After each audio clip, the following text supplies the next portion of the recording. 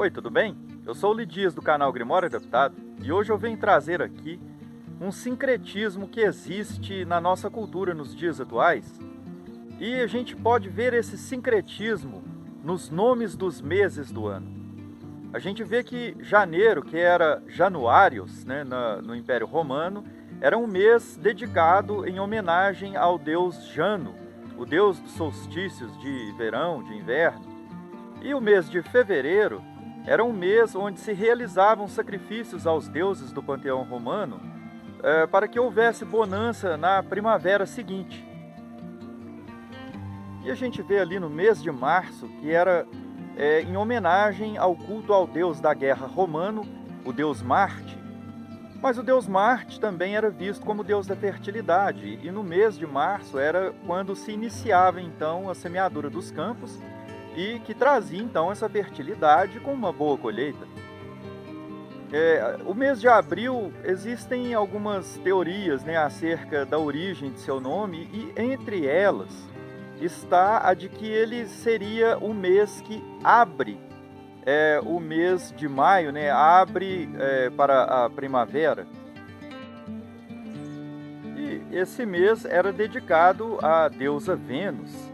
Interessante notar que no mês de maio, que é o mês o mês das noivas que nós temos hoje, é justamente esse mês que vem logo após o mês de abril aí, dedicado à deusa Vênus, que é a deusa que está relacionada com os aspectos do amor, né, da união entre os casais. E maio é o mês dedicado ao deus Mercúrio, o deus da sabedoria, o deus do conhecimento, das ciências, o deus da medicina, e também é o pai da deusa Maia. O mês de junho era dedicado à deusa Janus, que é a esposa do deus Júpiter, né? Era a deusa protetora das mulheres, do casamento, dos relacionamentos, das esposas. O mês de julho era dedicado a Júlio César, mas antes não, antes ele se chamava Quinctilis, era o quinto mês do ano, do calendário, e o sexto mês, alguns anos depois, né, passou a ser considerado, que era Sextilis, mudou de nome em homenagem ao imperador Augusto, então passou a se chamar agosto, né, o que nós conhecemos hoje como o mês de agosto. O mês de setembro, outubro, novembro e dezembro, eles têm esses nomes porque eram justamente relacionados com essa ordem cronológica que eles seguiam no calendário romano. E o mês de novembro era também um mês dedicado ao deus Júpiter, onde se faziam sacrifícios ao deus Júpiter, culto ao deus Júpiter. Então todo esse sincretismo que a gente vê aí nesses dias dos meses, né, meio que ficou um pouco apagado na história, na memória, porque as pessoas não têm muito acesso a esse tipo de informação, a menos que elas estudem alguma coisa especificamente relacionada a esse tipo de informação, né? Informação histórica. Mas esse sincretismo não termina só por aí. Muito dessa cultura pagã, né, que veio de tempos remotos, não é só exclusividade do Império Romano, isso aí na verdade é um compilado de várias culturas, né, que o Império Romano, em suas incursões e invasões, ele acabava abraçando parte dessa cultura desses povos dominados e agregava aquilo ali na sua própria cultura. Eles viam muitas semelhanças entre deuses de outros povos que acabava ali sincretizada nos seus próprios deuses. Isso aconteceu muito durante as suas incursões por aquele vasto território que foi ocupado outrora pelos celtas, né? Então, por exemplo, ali na região da Irlanda, no sexto século, por exemplo, Santa Brígida incorporou praticamente todos os atributos da deusa Dana. A deusa Dana era filha de Dagda, né? Uma tradução de o bom Deus. E por isso diz a lenda que os espíritos da natureza, né, os leprechauns, as fadas, os gnomos, duendes, que esses espíritos vieram do céu, então eram filhos de Dana, portanto Tuatha de Dana, e ficaram habitando ali naquela região da Irlanda, e isso é considerado, né, de uma forma folclórica até os dias de hoje, né, aquela aura mágica paira naquela região, devido à presença desses filhos dessa deusa, né, que teve seus atributos incorporados aí em Santa Brígida. Mas esse sincretismo tem outros exemplos, né? Por exemplo, a gente vê esse sincretismo no Santo Expedito, né? Que é muito cultuado aí também. E ele traz, inclusive, aquela aparência que remete uma das possíveis teorias de sua origem, né? E essa teoria é de que ele teria sido um legionário romano, um general, um comandante romano, que se tornou cristão e por isso foi perseguido ali por volta e martirizado, morto, né, pelo imperador Diocleciano, ali por volta do ano 303 da era cristã. E a gente vê que ele traz uma farda militar, né, que ele traja com um manto vermelho sobre o ombro, que remete ali ao deus da guerra Marte, cultuado pelos romanos, né?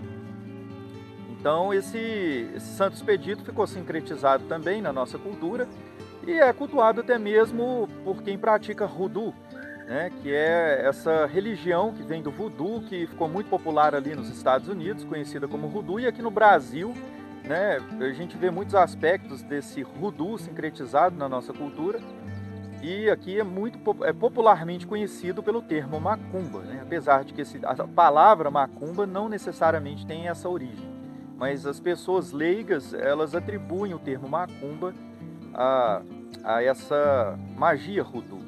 E que tem ali Santo Expedito como um dos espíritos, né, que são buscados para auxílio em magia, né? E esse sincretismo também não termina por aí. Agora a gente chega na parte que me levou a fazer esse vídeo aqui, que é justamente devido à nossa época que estamos agora, que é a época do Natal. O que acontece? O Natal, existem, né, várias teorias acerca, né, do surgimento do Natal, em torno da data, né, o nascimento de Cristo e tal. Mas o Natal, ele, entre os povos nórdicos, era cultuado a Yol, né? Escreve J-O-L, J-O acentuado com acento agudo, L. E quando se diz noite de Natal, a palavra é Yornot. Então eu já não sei dizer se a palavra Yol seria Yor. Imagino que sim, a letra L às vezes ela tem esse som de R aí no islandês. Bom, os especialistas de plantão, se tiver algum por aí, que coloque nos comentários para dar um esclarecimento para a gente sobre isso.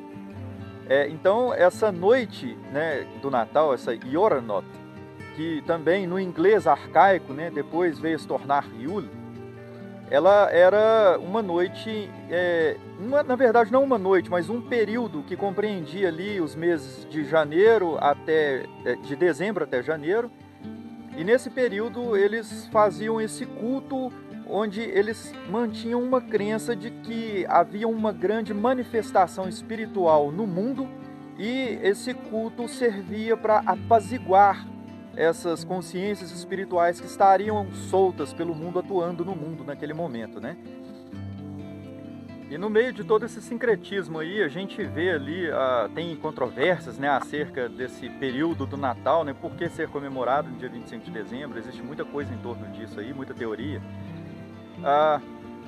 Entre elas também tem essa ideia, né, desse aspecto solar da divindade, que a gente vê que é algo que vem de civilizações bem antigas, né?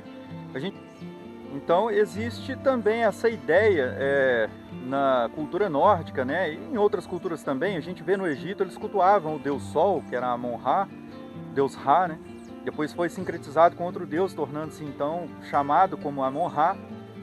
A gente vê esse deus Sol também entre os gregos, entre os romanos, e os nórdicos também tinham essa ideia, né, de que o Sol era essa representação retratada em muitas dessas culturas ali como uma fonte de vida, de fertilidade, de prosperidade, de crescimento, de status, de tudo aquilo que é positivo, né? O Sol que magnetiza sementes sobre a terra e sob a terra, e faz com que haja esse processo de germinação que promove toda a vida, né? Então, essa roda solar que a gente vê retratada em muitos achados arqueológicos, né? Desde o Antigo Egito, até antes do Antigo Egito, na verdade, né? Achados de arqueologia sumérios, a gente vê isso em toda a história da civilização humana. Então, tem essa ideia desse aspecto solar também, que seria ali uma das atribuições ali do Natal em dezembro por causa desse culto do deus solar também, cultuado pelos romanos. Os nórdicos também não ficaram de fora disso, eles tinham ali, nessa comemoração de Yoranot, né, ou Yule, a noite de Yule, em que eles retratavam isso, né? Tem até uma canção que é cantada em islandês, e na letra dela ela fala, né?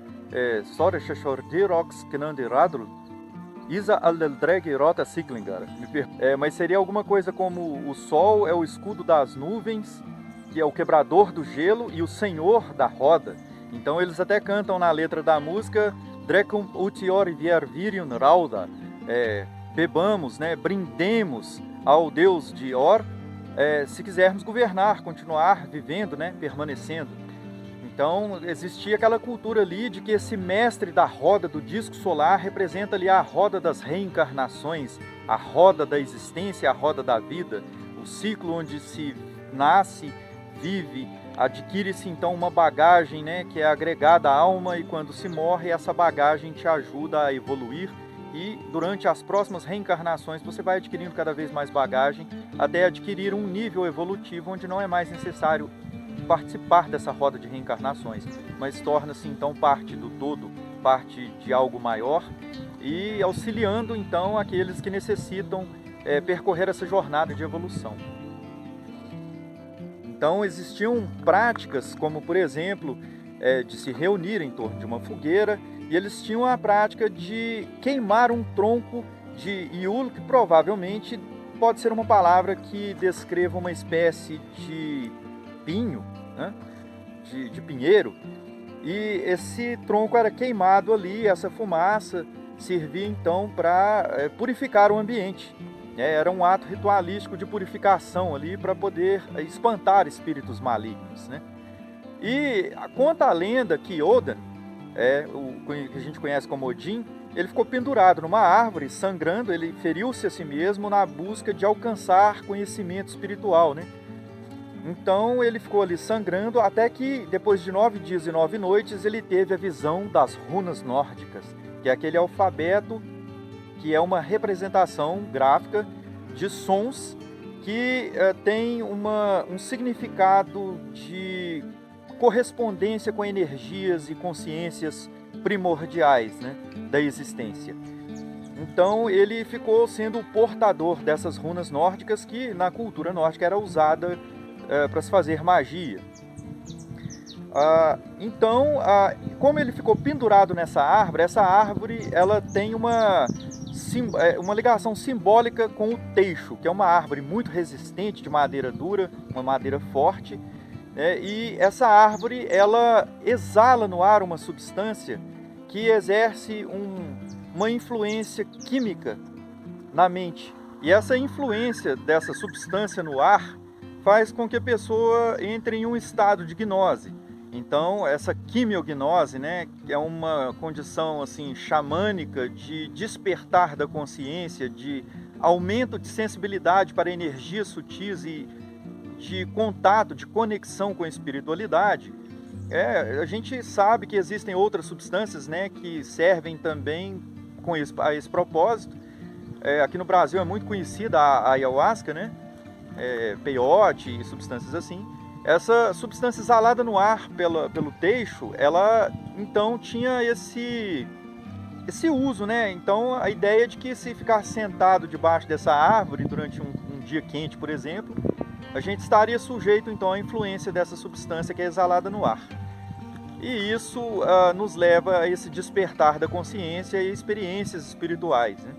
Então o teixo, ele tem essa ligação, esse significado simbólico de que o seu tronco é o tronco de uma árvore que remete a Yggdrasil, a árvore, né, que faz essa conexão, a árvore da fertilidade que conecta os mundos da matéria e do espiritual. Então a gente viaja através de Yggdrasil por esses mundos, entre os mundos. Então tem também essa ideia de que, por causa de todo esse simbolismo, essa prática da árvore de Natal, né, tenha sido agregada então nos nossos costumes, e que não tem nada a ver com o cristianismo, né? E a gente pode também tirar daí uma ideia de que essa queima desse tronco, né, de Yule dentro do lar, né, exalando ali aquela fumaça com o objetivo de trazer purificação e espantar os espíritos malignos, vem muito também do uso de incensos, né, que se faz hoje em dia com finalidade espiritual também de purificação, de espantar energias negativas, né, de repelir o mal.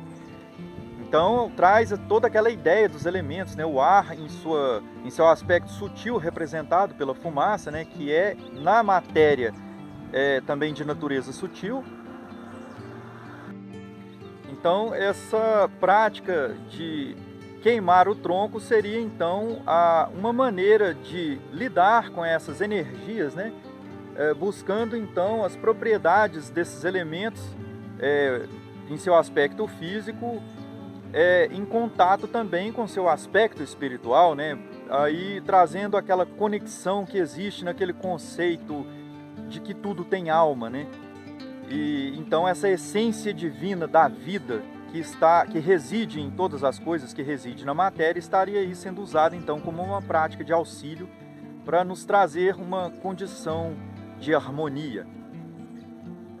E o Natal, ele traz também ali naquela figura que a gente tem, né, do homem nórdico como sendo aquele que é o provedor do lar, que saía naquelas noites de frio intenso, de neve, se lançando numa jornada, por vezes perigosa, né? Ele não sabia se ia retornar para casa.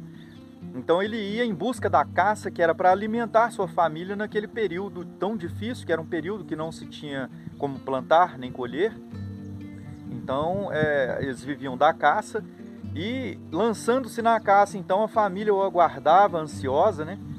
E quando finalmente surgia, depois de uma longa jornada, surgia então batendo a porta ali um homem já de barbas, de barba comprida, né, de barbas longas e cobertas de neve, brancas pela neve, assim como todo o seu corpo, também salpicado de sangue, o sangue da caça, essa cor escarlate, né? A gente vê aí aquela figura do Papai Noel que traz então esse presente, né, que vem de vermelho, que vem de barbas brancas, então trazendo o alimento que vai sustentar a sua família e promovendo a alegria familiar, né, aquela felicidade de ter de volta ali o seu patriarca.